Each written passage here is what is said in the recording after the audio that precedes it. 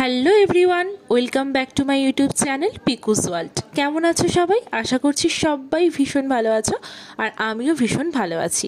তোমাদের সবাইকে স্বাগতম আরও একটা নতুন ভিডিওতে। আজকে তোমাদের সাথে একটা স্পেশাল দিনের ব্লগ শেয়ার করছি। আমি কিনে নিয়েছিলাম গোলাপ ফুল আর কেক, কিন্তু এই ফুল আর কেকটা কার জন্য কিনেছি সেটা জানতে হলে কিন্তু পুরো ভিডিওটা স্কিপ না করে দেখতে হবে।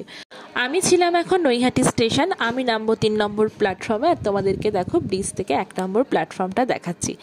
হ্যাঁ, আজকে অনেক দিন পর, প্রায় 1 থেকে 1.5 মাস পর আমি যাব বাড়ি মানে হচ্ছে আমার নিজের বাড়ি, হালিশহর যাব।